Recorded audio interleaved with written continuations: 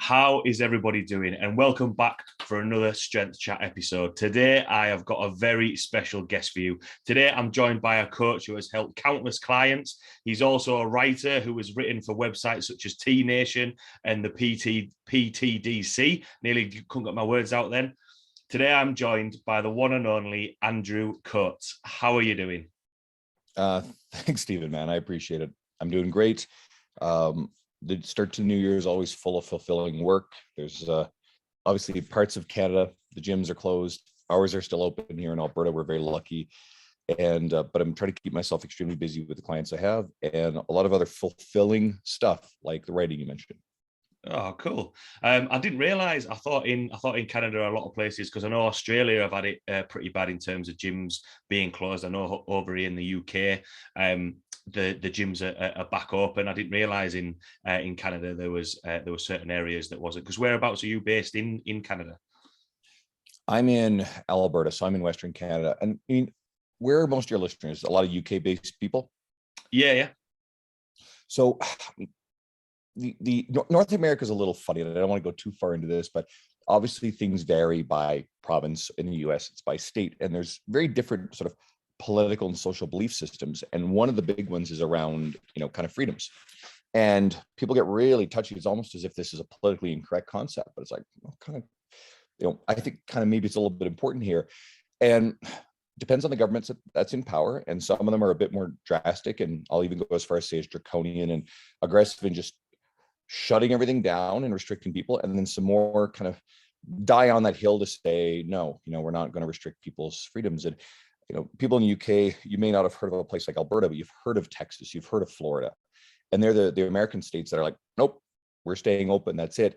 And they've had a mass net migration to them from Americans from other parts of the country who've been frustrated by, aggressive restrictions in the face of all this stuff.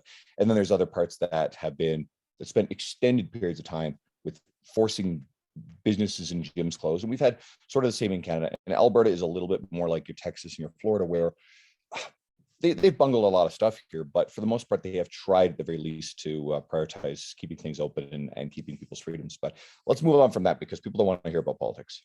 Yeah. And one thing that you mentioned there is obviously keeping up with the writing. And what have you been up to recently? Obviously, with the festive period just sort of finished and getting back into the new year, what projects have you been working on? And what's been happening in your world recently? Well, I have a very near full in-person coaching clientele. I have a growing, but as far as I'm concerned, capped online coaching clientele because that takes up a lot of time. I have a couple of writing projects in the works for T Nation, who I've written for 3 years. I've got a couple of things I've got to circle around to do for Generation Iron. I just launched an online group women's strength training program with a coach that I mentor. So we're just ramping that up. So that was kind of a thing in the works.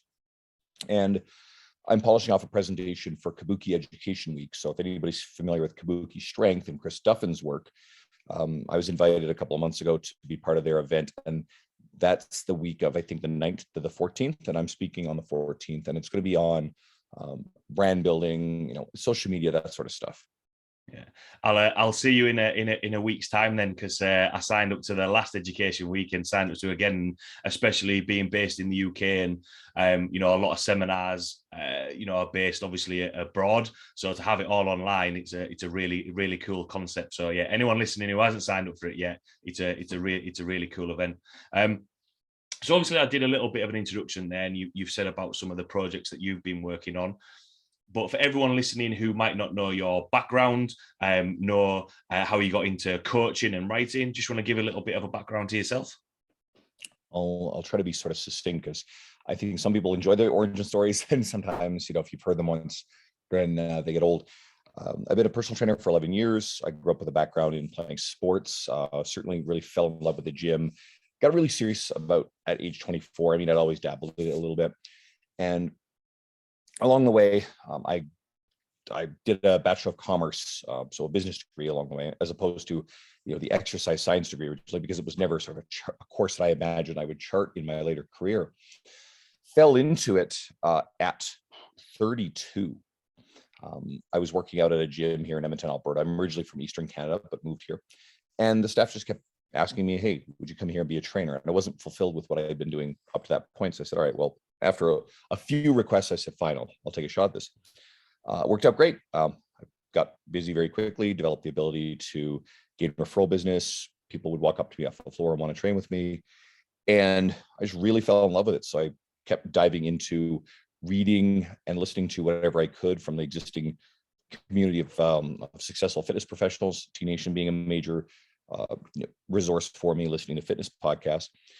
And something I've been making a little bit of my media now in presentations is, early on, I never imagined I would be the type of trainer who would be asked to speak at a major conference or appear on podcasts like this or write for these major publications. I always thought, hey, there's trainers on the gym floor like, me and everybody else.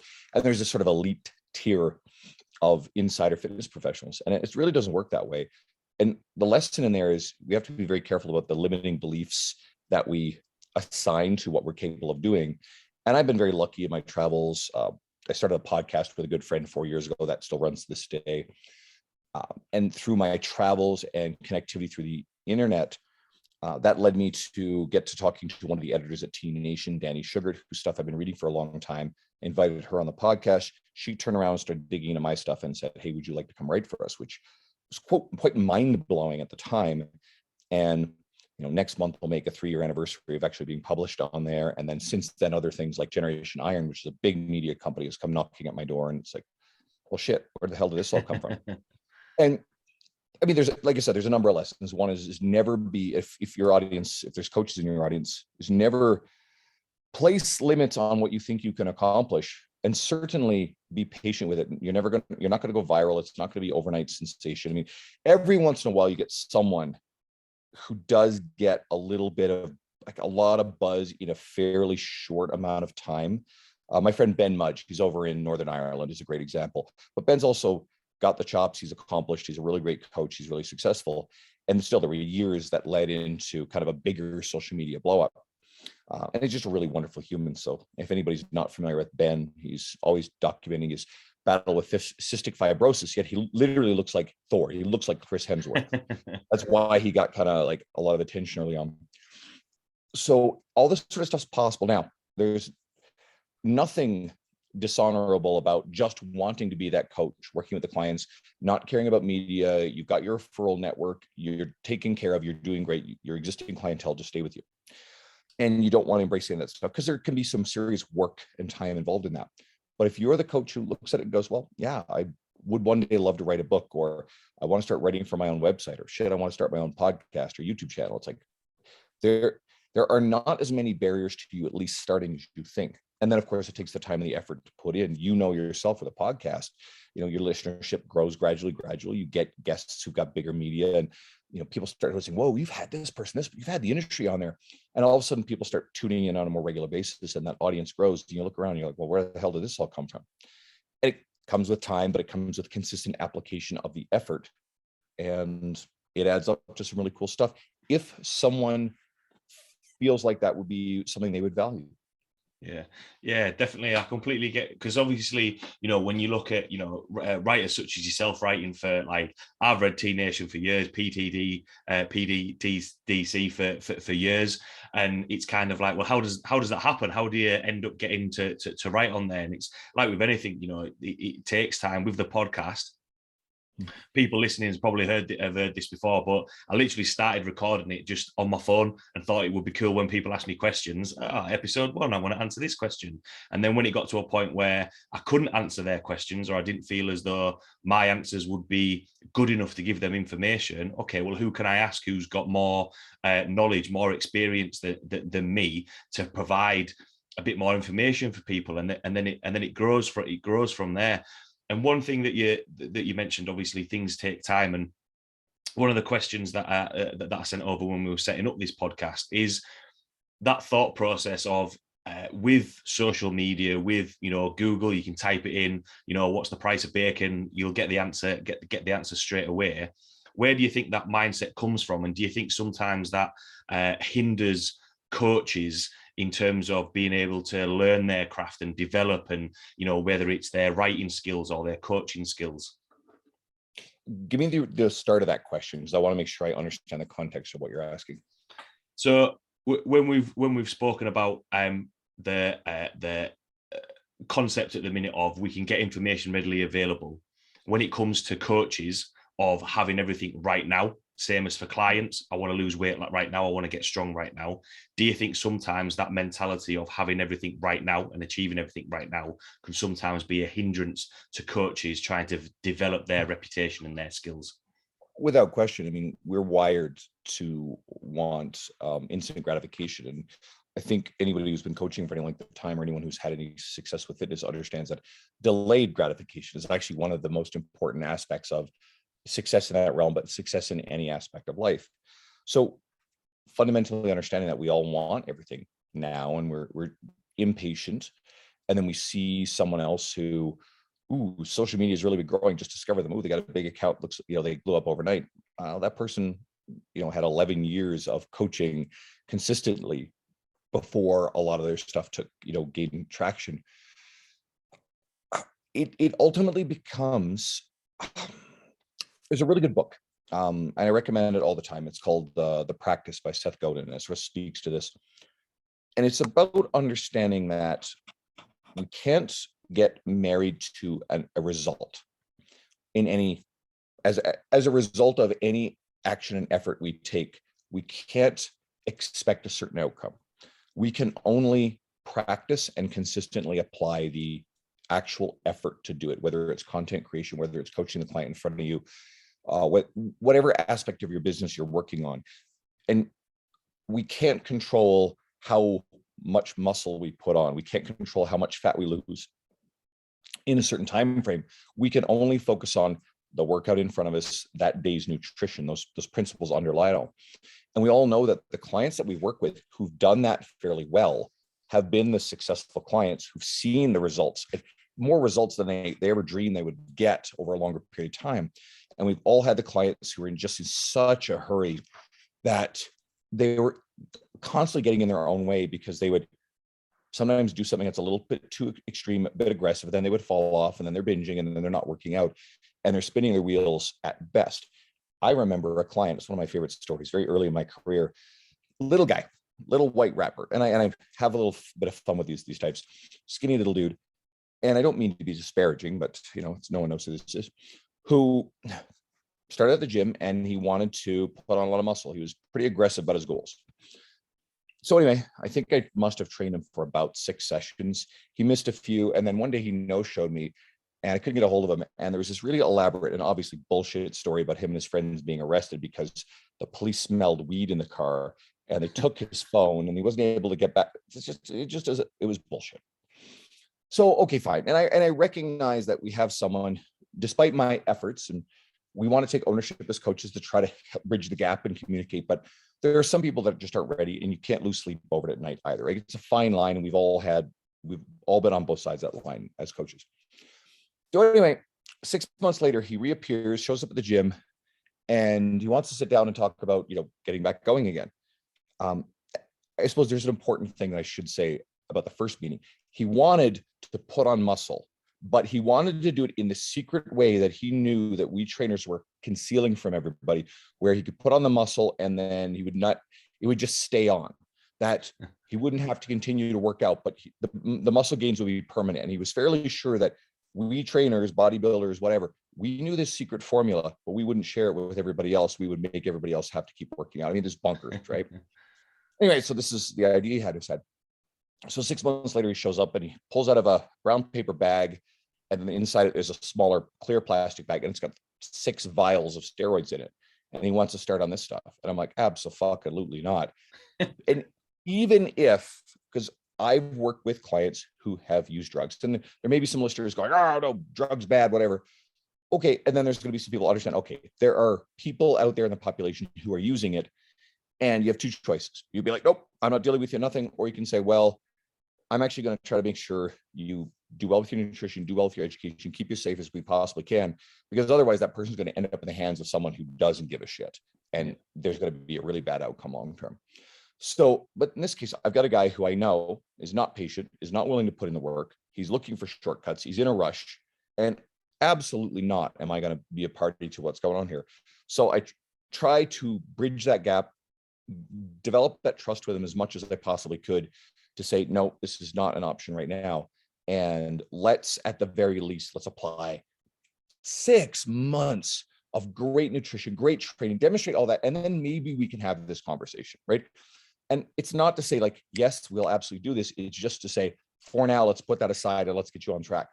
And I don't think he got through 3 more consistent workouts before he vanished again.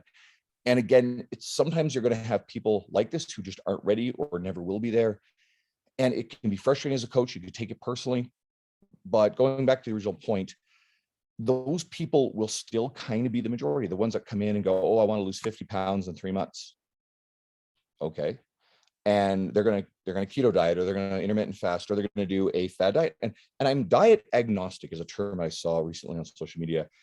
I don't actually have, a major issue with people using a dietary ideology if it really fits their lifestyle, if they've proven that it's a long-term consistent thing that suits them best. Okay, no problem. It's not the person that, oh, I'm going back on keto for the 5th time because it worked last time, but they always fall off of it because they can't sustain it. They regain 50 pounds, but I'm going to do it again because it works. No, it didn't fucking work because it didn't work the previous 4 times. So didn't stick with it. So, but if you get people coming in who have these ideas, we still just don't give up on them. Yep, you have to recognize, okay, this person's going to be a challenge. But as a coach, the job of coaching is still to try to build trust, build rapport. I try to focus on creating such a great experience in the gym, focus on getting them strong, moving well, being safe, being pain-free, having a great relationship where they want to return to hang out with me and be in this gym space, get them independent so that they're consistent with their own workouts. And over time, you tend to notice that they get the results they want without doing anything extreme or drastic. And that's the process of building trust and building a relationship. And once you've got that trust, you can then have tougher conversations and say, listen, I don't really think keto is working for you. Let's talk about ways that the things that do work for you. What's the pitfall here? Maybe we can have a conversation around changing some habits and creating some sustainable lifestyle behavior. But you have to earn that with that person. You can't start there on day one. Yeah, definitely. And I'm sure I know myself, as you were, talking there, I could think of clients that I've worked with that have tried stuff in the past, fallen off, and then come back to it. And I'm sure other coaches, maybe even clients who are listening, have been, oh yeah, that's me. And when you mentioned there about building trust and building a relationship with clients, which, there's loads of information on there about this is the best program that you can use for fat loss or muscle building. This is how you do calories and a calorie deficit and all that sort of stuff. Whereas sort of the probably the skill or the art of coaching, which is probably better called, is really important. And that's that first step to, because ultimately as coaches, we're working with people and you need to be able to build that relationship. Do you think when it comes to changing mindset around that instant satisfaction compared to long-term success, do you think that's the way to change a client's mindset, by building trust, building their relationship? Or what are your sort of best practices? I think it's one of the most essential elements to it. Absolutely. We have every once in a while, and again, if you guys are coaches, you've probably seen someone share this post. I saw one recently circulate. It's like, my job as a coach is to give you your program and to blah, blah, blah, and blah, blah, blah. But my job as a coach is not to chase you down and not to blah, blah, blah. And like, there's this long list of things. And sometimes those lists are partially accurate, but they completely miss the point of actually being a coach. Do you want to be someone who, I'm a programmer, here's your program. If you're the type of coach who thinks that every client you're going to work with is going to be 100% adherent because you're so damn special that that person is just going to follow everything perfectly, is never going to cheat on their diet, you're nuts. You get out of the industry because you don't belong here.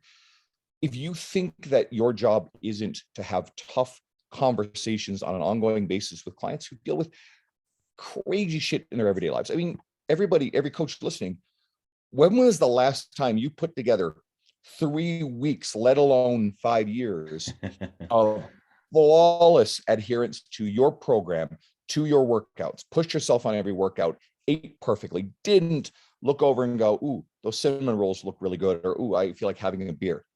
Bullshit. No one does that. So why on earth do we expect our clients who have a history of struggling with this stuff to somehow be flawless with their behavior and be completely accountable to the process? Now, the flip side is being the coach who takes so much ownership and overwhelms the person that they don't have any room to develop that ownership themselves. We can disempower people by smothering them with stuff. It's a fine line in the middle ground with creating the environment, the structure that someone really enjoys and wants to do. And then when they hit struggles, we have a conversation around that. Okay, you're having trouble getting enough protein in your diet every day. Ooh, I find it really hard. I can't get it in. Okay, let's talk strategy about how to get some protein in with every meal, or what are some good sources of convenient protein that we can get into your diet that will help replace a trouble spot or fill something in. And is it as simple as making sure you have protein powder on you, or would low-fat Greek yogurt work for you, or Icelandic skyr, or do you like low-fat cottage cheese? Like something. Or do you need to keep a bag of beef jerky in your pocket because you don't have a fridge nearby? Or a pre-made protein shake, those ones you get at Costco that don't taste very good. And I've done all these things with clients, and you find things that work. Or if they're not ready for it, well, you keep focusing on the things that they are doing well, and you stay with them and work with them, and you don't get discouraged or frustrated with them because they're not making the progress you think they're supposed to make. Because if they're happy and they're doing the best they can, maybe that's what's important. And I've had clients, some of my most successful long-term clients spent a few years with me early, and it felt like they were treading water. Now they were getting stronger and they learned how to move well, and they were enjoying aspects of the experience. They did pretty good, but it took a few years for a major shift or breakthrough in their mindset. I can think of a client of mine who worked with me forever. Her name is Jamie. She's sustained about, I think in the grand scheme of things, about over 60 pounds of fat loss. She's muscular, she's strong. She recently went off to the military. I've got other clients who it took them a few years before they were ready to just fully embrace independent, going to the gym on their own. And I always feel good about this. And early in my career as a coach, I always felt like I was failing to get through to them to get them more results. But I was making a mistake of assigning my goals for what I thought they should do over what they actually were happy with. And I knew that they wanted more. And it doesn't mean just be complacent. It doesn't mean just not have those tough conversations, but it does mean showing up every day, creating a really great environment. If they keep showing up and they keep working at it, they may be doing the best that they're capable of in that moment. And over time, you're instilling the habits, the behaviors, and the tools where they should flourish long term. Yeah, definitely. It goes back to, I was thinking of there's a quote by Tony Gentlecore of that 3 times 52, keep showing up, keep rocking up, 3 times a week. And one of the things that you mentioned there, when you mentioned about, having a perfect client, and I once got in a conversation with a coach from another gym, about nutrition, about working with clients. And he mentioned, but if they've got really good sleep, low stress levels, and really good nutrition, then you don't have to worry about calorie deficit, or I can't remember the full conversation. And my response was, but how many clients do you know who have perfect sleep, who never have any stress? It's kind of, as a coach there, I always, when I work with clients, say it's a team effort. We're working together. It's not me saying you need to do this, this, and this. It's a kind of, right, where are you? Let's meet you there. It's a team effort, and then move forward from there. Because you might only see them 2-3 times a week, whereas all those hours outside of the gym, outside of the check-ins and the calls, they're left to their own devices. So it needs to be that case of, right, how can we work together to be like, right, go at the progress that you're making, whether that's, smashing it out every single week, or it's going to take a little bit of time to see that progress. And when it comes to that, sort of flipping onto the coach's point of view, in terms of when you were looking to get clients to work with a coach, that sort of dilemma between I want to build my social media presence and being like, if you do this, this, and this is going to give you instant results, compared to, you know, that thing of, look, if we're consistent, if we're doing this every week, because ultimately, you know, everyone's looking, going back to the client that you mentioned with, who, you know, came in with the steroids, they're looking for that quick answer, they're looking for those results. How do you sort of balance that social media dilemma, if you like, if that kind of makes sense?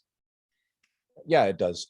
So people in our industry love to complain about the influencers, #influencers. They love to complain about all the people who are sharing misinformation or mediocre ideas, or making promise, or the marketing that promises instant results and rapid fat loss.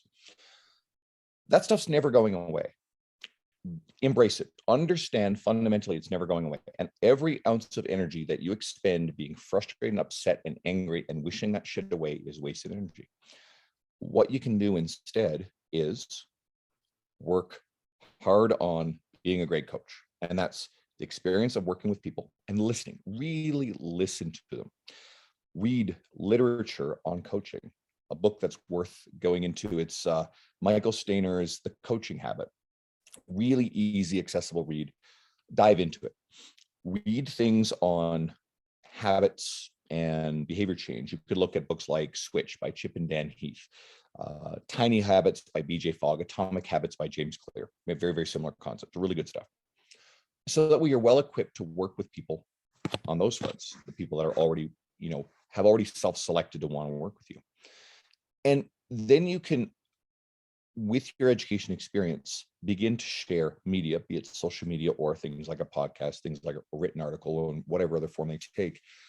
And you understand the language. You can still speak with integrity. You don't make false promises, but you understand how to speak to the person who wants lifestyle change. And you may, hopefully you can establish yourself as an authority, the go-to person in your network, through consistency and sharing the ideas, the experience that you have with your clientele. And if you've helped someone, you have ideas and experience that you can share with a broader audience. No matter how small that audience is or how limited your experience is, you can help those people, because those people are not all following all of the industry experts with larger social media accounts. They know you personally. You're an old coworker of theirs. They know your trainer. You're probably going to be the first person that they're going to come knocking at if they want to learn more or change your lifestyle, if they know that this is what you do and you put it forefront. So that's why consistency, staying top of mind. It's a concept I always think in terms of, and I know Jonathan Goodman talks about it a lot in his books and his media. So remember, just being top of mind to your network. That's where it starts. And then consistently applying it, you get better at your messaging, you get better at your marketing, you get better at your conversations with the client in front of you. And maybe that means using the word tone or lean muscle, which pedantic elitist morons like to scream out, oh, tone is not a thing. Goddamn right, tone is a thing, because it's language that we understand and the people we're trying to help will use. So, you know, the coach who, during a consultation, first time they met someone, they've not built any trust, the person says, oh, I really just want to get tone. I want to get too muscular. And the coach launches into this little lecture on why tone is not a thing. Well, A, you've just shattered trust and you've lost the client and you're a moron. So stop doing that. Okay. And forgive my directness of the language.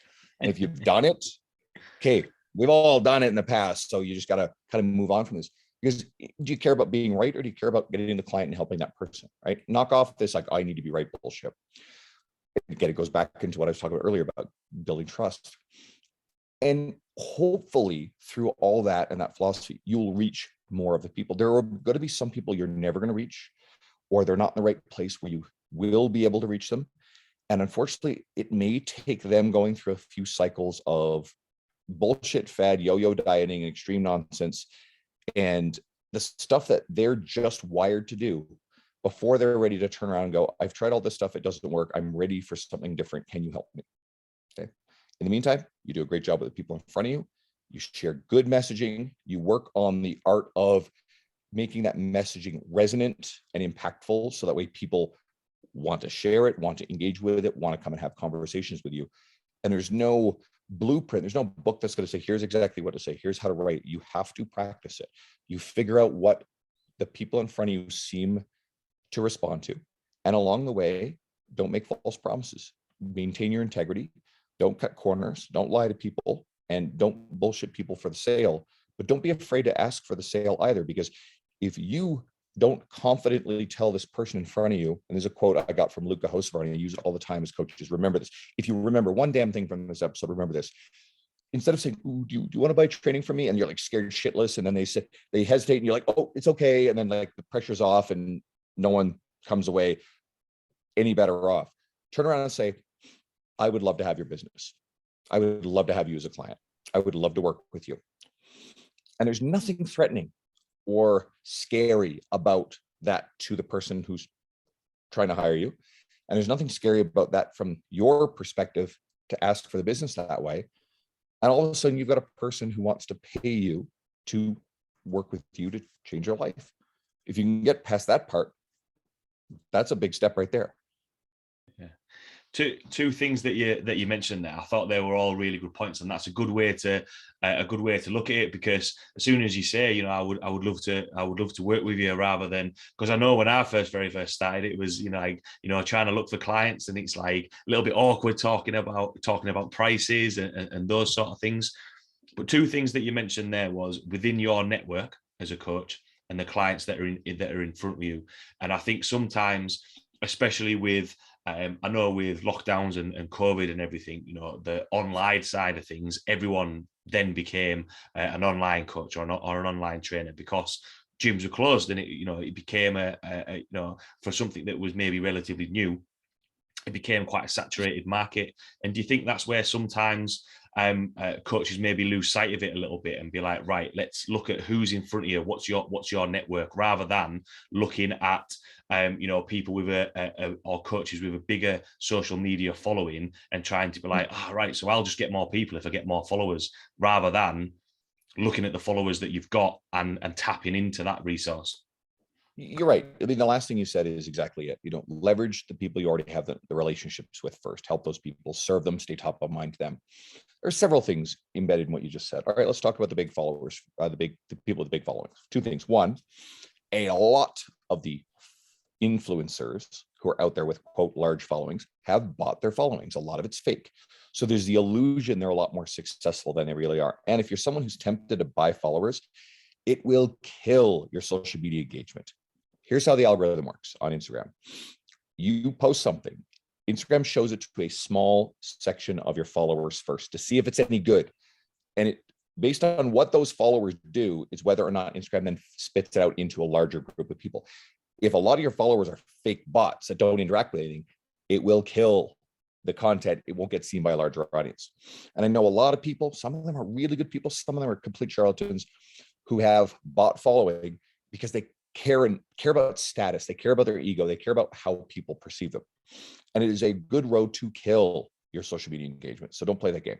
Two, there are a ton of really incredible, credible, integrity-based fitness professionals who have large followings. I like using Jordan Syatt and Soheili as two great examples. There's many more. They have very big, real engaged followings based off of years of accumulation of notable work across their careers, way before social media was a big platform for them.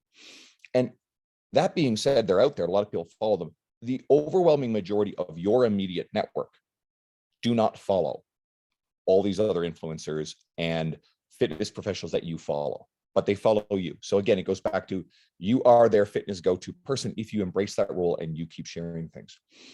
So it's really important we don't get caught up in the idea of, "Ooh, I need more followers for business." Before I bothered with Instagram, I was busy full time as a trainer. Tons of referrals. My immediate local network always seemed to keep me topped up.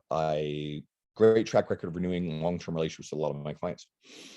Then I started Instagram and I was inconsistent with it, but because of the number of industry contacts and people I knew from all walks of my social world and former jobs and friends and whatever, I had about 3,000 followers. That grew up over a couple of years of very erratic, inconsistent, and uncommitted posting. And then a little over 2 years ago, I said, all right, we're going to get consistent about this.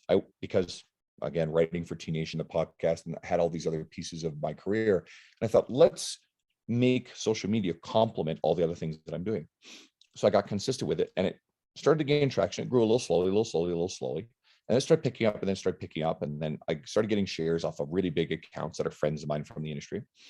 And that kept happening, kept happening. And over the course of those last 2 years, I'm now a little over 35,000 followers. And they're very engaged, and I'm engaged with them. And it takes a fairly serious amount of time. It's actually kind of surprising. But I post every day, and I try to take pieces of wisdom and ideas and experience and client interactions. And if a client says or does something, it turns into a good conversation. I say, hold on, you just inspired an idea. 2 seconds. I make a quick note. I come back to it. I formulate it later, play with it, play with the way I write it, share it the next day. The client sees it and is super excited because they inspired something that's on my growing media. The media was not a key to me being busy and the success that I've had in my career in the context of whatever success means to each person. It's been really rewarding and has opened a lot of doors to stuff that I find fulfilling. Kabuki Education Week is not going to make or break my annual, income. In fact, it's going to have no impact on it whatsoever. But to get to be on that event, I find personally fulfilling and valuable. It is meaningful to me, so it's cool. There's a lot of people who might say, okay, great, but I'm so busy right now with everything else that I wouldn't be able to create the time to put together that presentation and do it. And that's perfectly fine. Some other people may not value it or just may not be comfortable public speaking. That's fine too. I know I'm wandering a little far afield here, but it still goes back to the fact that I think social media is a very good thing to embrace for a lot of people. I think we want to use it intentionally. I think a lot of good can come out of it, but it is not essential. It is not the starting foundation, and it is definitely not something that I feel like the coach who's struggling to get clients in front of them should be putting most of their time into. You should be focusing on having conversations and interactions with the existing universe that you're already embedded within. If you're a really new coach and you put up good social media posting, it's not going to hurt you, but it's probably not going to fill you up either. People are going to be looking for, if someone's shopping for a coach online, they're probably going to be looking around at different people, and they're probably going to choose someone who's a little bit more experienced or who's got a bigger media. And that's just the reality of social media. So what do? We lean on that personal network. We lean on the fact that former coworkers who suddenly decide, oh, I need to get in shape. Hey, I know Andrew, we used to work together at blah, blah, blah. I'm going to give him a call and see if he can help me. And that has happened a lot.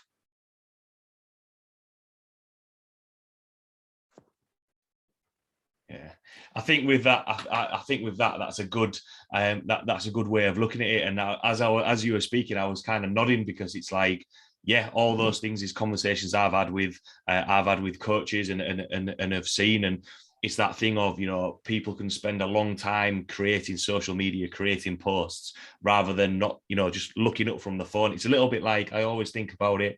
I once went to a concert, and everybody was looking at the band playing through their phones rather than putting the phones down and just watching. And it's that same thing of, I know you mentioned there of having a conversation and then writing down a note, but then being of, right, okay, I'm still going to go back to that coaching. And it's similar to, speaking to the people in front of you rather than trying to create this most amazing post that you've ever seen, rather than actually some of the content that you might get is going to come from clients, because you're in the trenches, if you like, working with those people. One thing that you were saying there about what you finished off with in terms of people looking for coaches, and obviously with the start of the new year to go sort of like full circle to when we started at the start of the episode, how can people filter out those coaches that have bought followers or are just looking for this generic program that people are just going to sign up to, rather than finding a coach that's going to be able to be the best fit for them, rather than just that person who's shouting the loudest and who's got the biggest following? There are certain telltale signs. I mean, I anytime I discuss people who have fake followers, I also say, like, it's not important just to police who's doing it. It can speak to integrity. I actually know some coaches I really love and respect who've done it. So it's not a one-to-one, ooh, bad person, but people just fall into that trap. But a few like just red flags you can tell right away. If someone's got 75,000 followers and they're getting 100, 150, 200, 300 likes on a post consistently, there's a problem with that ratio. That means that they have a lot of dead followers. And it's possible they started an account 5, 6, 7 years ago, blew up following, and a lot of those people aren't as engaged anymore, and then that person's just fallen off with engaging content and they just don't get any. It's far more likely that the followers are fake, right? So that's a little bit of a sign right there. I'm careful with people who are highly image based on their social media. That was the old way of Instagram. You just post up sexy photos, whatever. And again, it's not worth complaining about, but if it seems like most of their media really is about vanity first, then I don't know if that person is going to be really the best person. Then they're turning around and going, oh, buy my ebook, buy my booty bands, buy blah, blah, blah, blah. But there are also image-based people who I think are so evidence-based and empathetic to their audience. I'll use an influencer, a coach who she showed up following me one day. I looked down and like, the hell? Dariana Nova. And she's got over 700,000 followers. And meanwhile, she's following me, sharing a post of mine. And she really speaks to women of all sizes, all ethnicities. A lot of her stuff is really geared towards the Latin community. And she portrays a lot of models for, clothing line, other stuff, who are not the skinny little supermodel.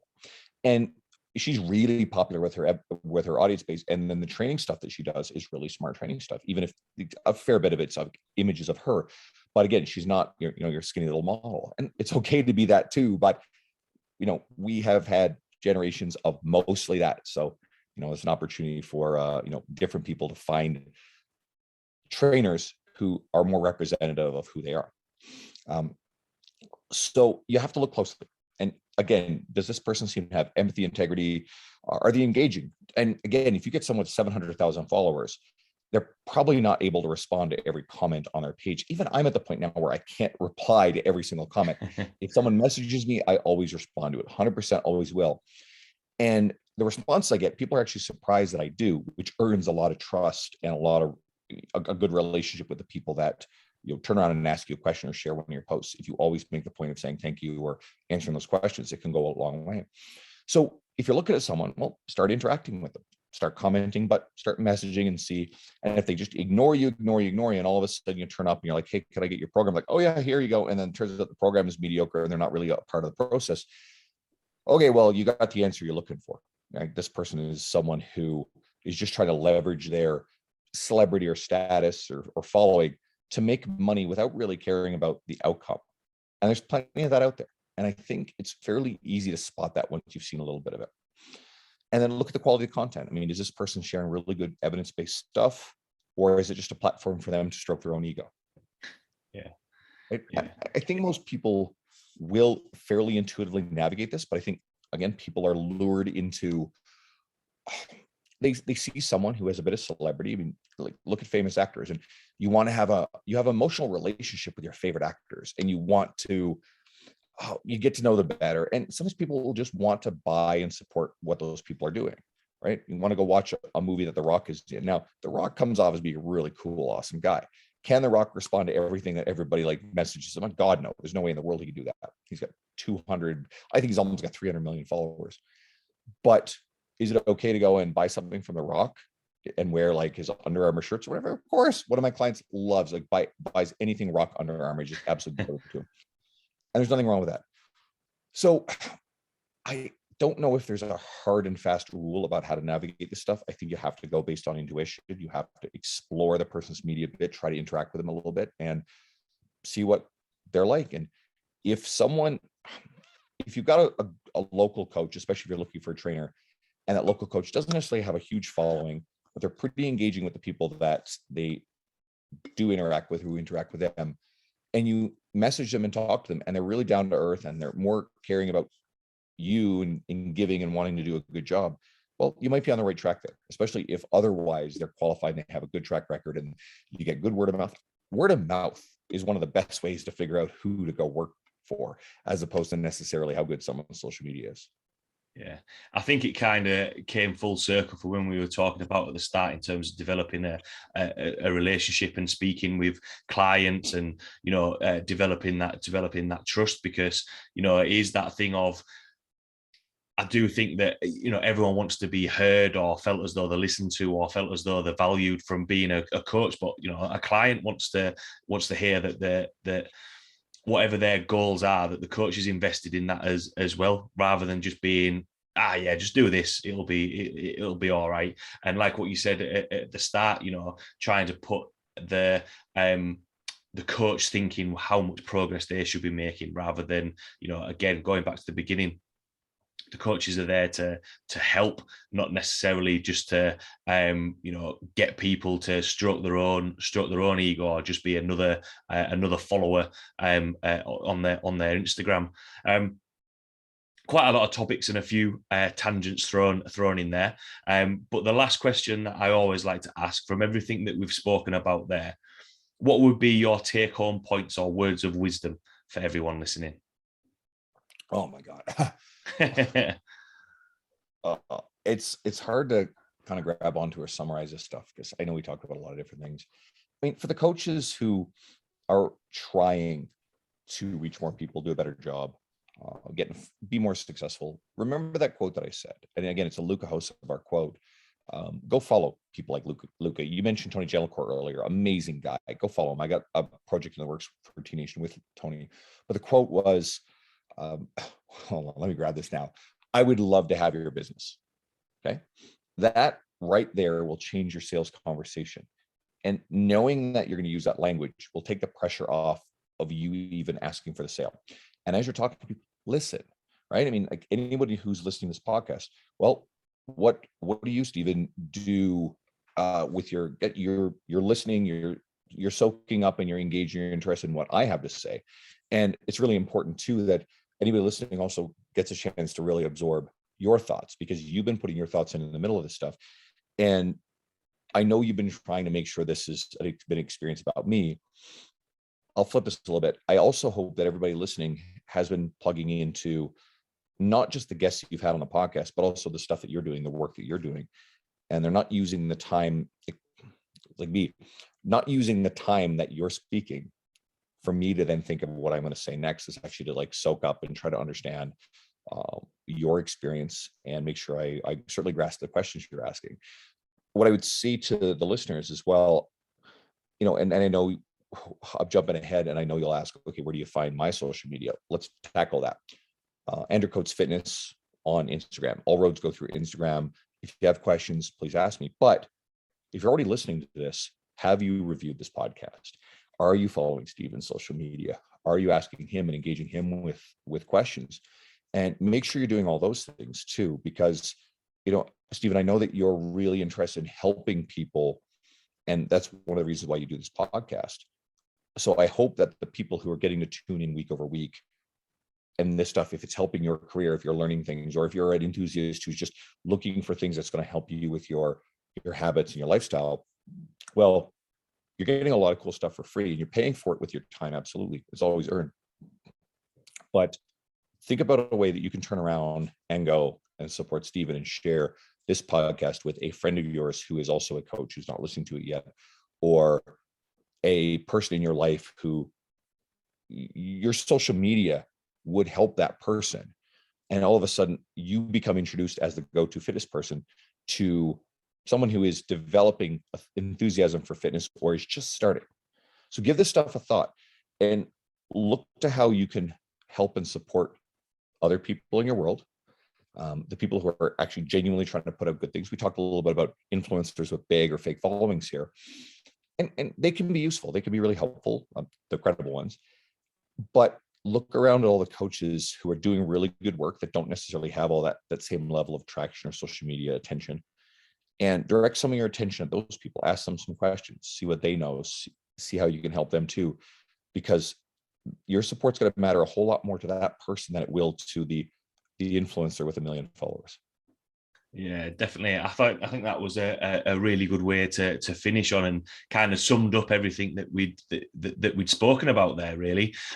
Because it is that thing of, like what we said before, information out there on programming and all those sort of things, but actually, you know, developing that network of clients, but then also with coaches, with coaches as well, you know, and being able to think about, right, how can we make, you know, better experiences and all those sort of things is a good way to look at it, because, you know, it isn't just a case of, you know, again, working with people is a thing of, you know, how can we work together to make that a better, you know, a better experience, and, you know, bouncing off each other, rather than being like, if you did get 100 million followers, but then had no one working with you, what's the point? It just doesn't work like that.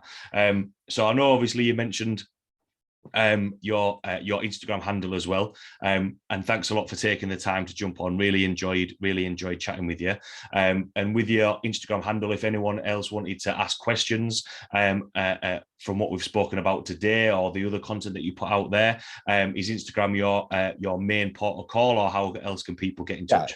I'm easiest to get a hold of there, and send me a direct message. I always check for the messages. I'll always respond to them, and I'm more than happy to answer questions within the limits of my knowledge base and ability, or I'll definitely point you in the direction of people who do a better job at certain topics than I do. Thank you so much for having me on. I really appreciate it. No worries at all. Thanks a lot for taking the time to jump on. Really enjoyed chatting with you. So thanks a lot. Thanks a lot to everyone listening, and I will see you all next week.